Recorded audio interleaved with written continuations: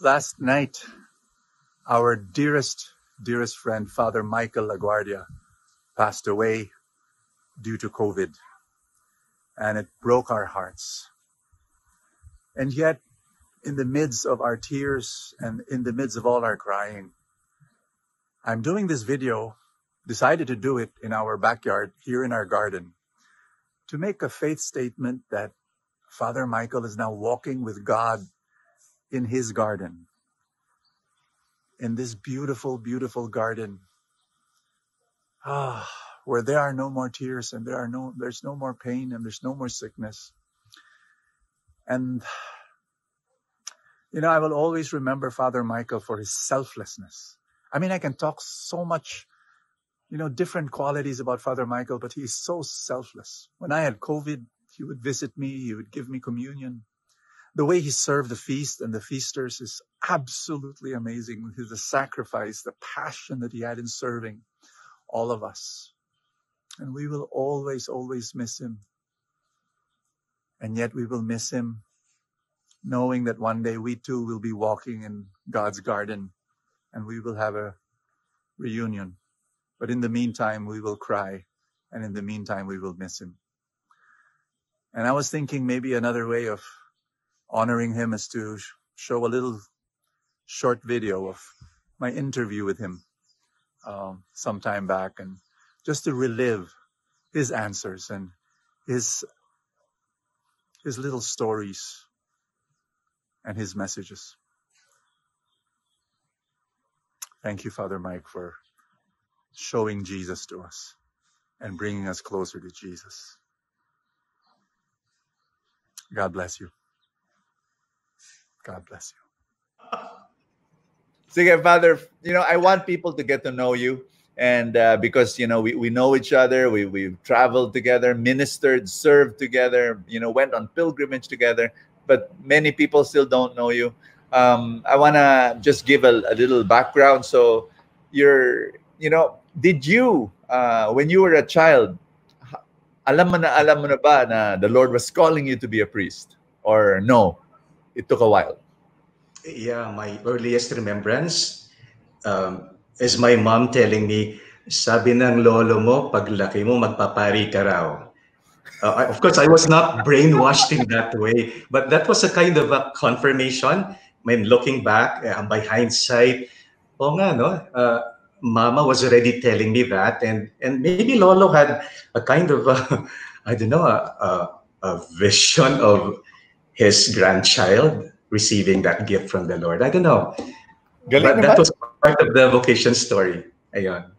Yes. Father, some people say, so magdadasal ako. So may kakausapin ako ni Lord. I'll hear his voice.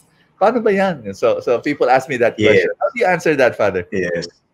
My answer is yes, you will hear his voice, but that would not be through your ears. You would hear his voice through your heart.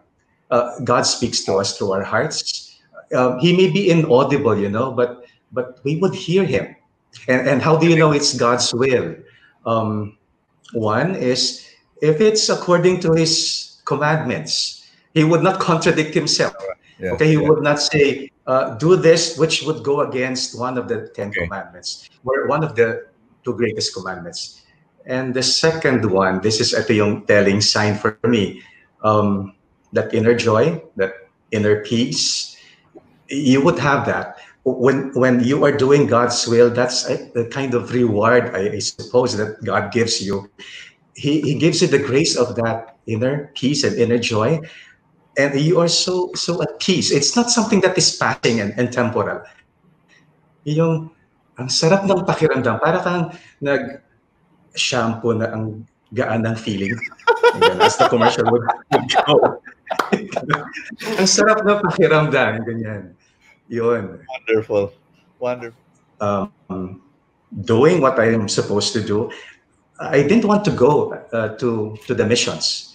And I thought I was not really called to be a missionary. It's for me, it's another calling. But I was sent by obedience to teach. Okay, I had a heavy heart. I was trying to discern whether to say yes or no to our our provincial superior. But then I thought, if I would say no, why did I become a religious for? If I would just follow my will. And I wouldn't want to live the whole of my life thinking that the very first obedience as a priest, my response was no. Right? So I Okay. had to say yes.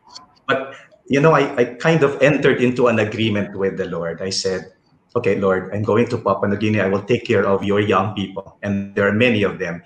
But I ask you to take care of two people, my mom and dad. My sister in the United Oh. States, so she's far away. And my superior says it's just for 2 years. Okay, so for 2 years, take care of two people while I take care of your people in Papua New Guinea.